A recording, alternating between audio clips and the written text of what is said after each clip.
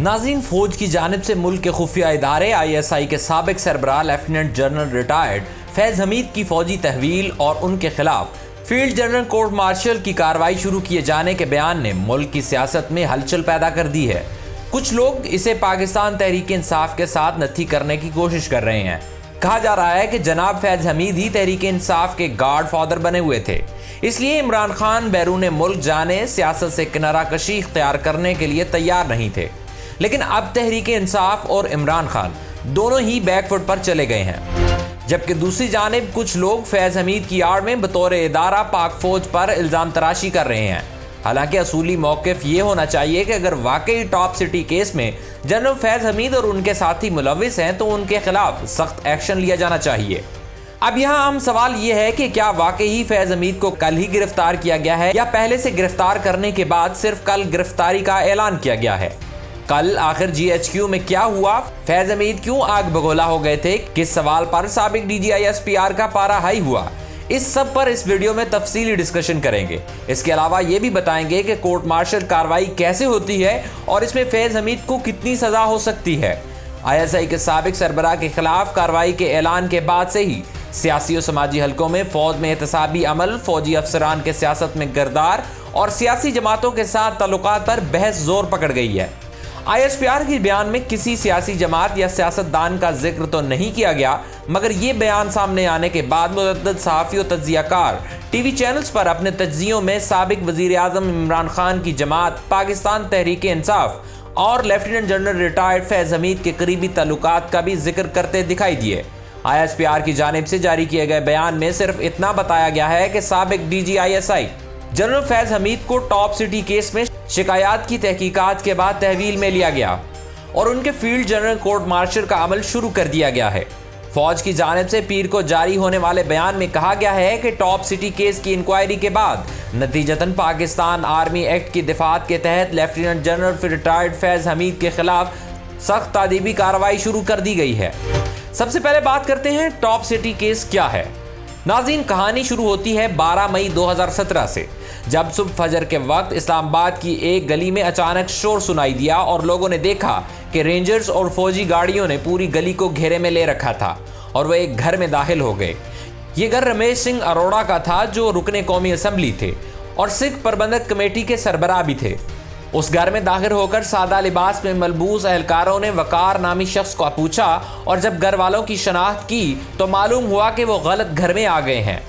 دراصل قصہ کچھ یوں تھا کہ جنہیں جس گھر میں گھسنا یا چھاپا مارنا تھا وہ رمیش سنگھ اروڑا کے سامنے والا گھر تھا، لیکن رینجرز اور ISI اہلکار غلطی سے غلط گھر میں گھس گئے۔ اب آتے ہیں انہیں کس گھر پر چھاپا مارنے کے احکامات دیے گئے تھے، تو وہ تھے جناب DGC میجر جنرل فیض حمید۔ جی ہاں، اس وقت فیض حمید ISI چیف نہیں بنے تھے اور جس گھر پر چھاپا مارنا تھا وہ ٹاپ سٹی ہاؤسنگ سوسائٹی کے مالک کنور معیز احمد کا تھا۔ جی ہاں، یہ وہی کنور معیز احمد ہیں جنہوں نے سپریم کورٹ آف پاکستان میں جنرل فیض حمید کے خلاف درخواست دی تھی، جس میں کہا گیا تھا کہ مئی 2017 میں جنرل فیض حمید کی ایما پر ٹاپ سٹی کے دفتر اور ان کی رہائش گاہ پر ISI کے اہلکاروں نے ریڈ کی تھی۔ ان کے مطابق ریڈ کے دوران ISI اہلکار ان کے گھر سے قیمتی اشیاء جن میں گولڈ، ڈائمنڈ اور پیسے شامل تھے اپنے ساتھ لے گئے۔ معیز احمد کے گھر سے ISI اہلکار جوان سامان لے کر چلے گئے، اس میں کروڑوں روپے کیش جس کی مالیت تقریباً 40 کروڑ بتائی جاتی ہے وہ اور 400 تولہ سونا شامل تھا۔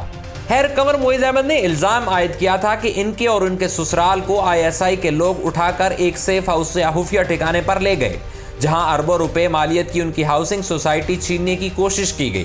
یہ کہانی سینئر صحافی اور سابق چیئرمین پیمرا ابصار عالم کافی عرصہ پہلے سنا چکے تھے کہ معیز احمد کو حبس بجا میں رکھنے کے دوران ان پر دباؤ ڈالا گیا کہ وہ ہاؤسنگ سوسائٹی کی زمین کی ملکیت منتقلی کے پیپرز پر دستخط کر دیں۔ ابصار عالم کا دعویٰ تھا کہ ہاؤسنگ سوسائٹی کی زمین 2 لوگوں نجف اور معصومہ کے نام ٹرانسفر کرنے کا حکم دیا گیا تھا، جس پر معیز احمد نے انکار کر دیا کہ بھلے جان سے مار دیں مگر وہ اپنی اربوں روپے کی زمین سے دستبردار نہیں ہوں گے۔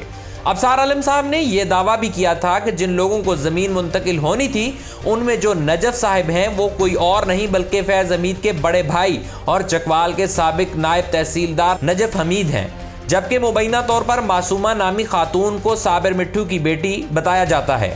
یہ وہی صابر مٹھو ہیں جو سابق army chief general Qamar Javed Bajwa کے سمدی تھے اور ان پر کافی الزامات لگتے رہے ہیں۔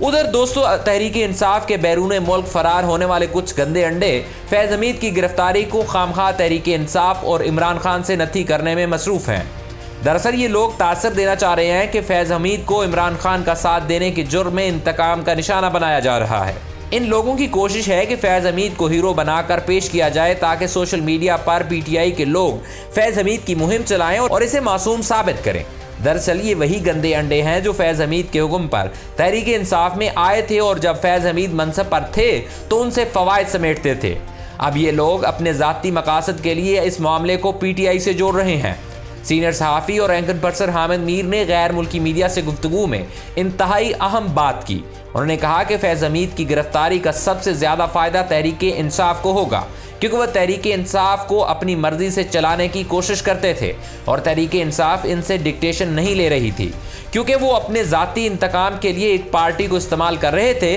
دراصل فیض حمید کو یہ افسوس تھا کہ وہ آرمی چیف نہیں بن سکے اور اس لیے وہ پی ٹی آئی کو استعمال کر کے اپنا غصہ اور فرسٹریشن نکال رہے تھے، لیکن تحریک انصاف کے گندے انڈوں کو یہ بات سمجھ نہیں آ رہی یا وہ جان بوجھ کر اپنے آقا سے وفاداری نبھانے کی کوشش کر رہے ہیں۔ خیر، اب تک کے لیے اتنا ہی، ملتے ہیں ایک نئی ویڈیو میں، تب تک کے لیے اپنا اور اپنے پیاروں کا خیال رکھیے گا۔ پاکستان زندہ باد۔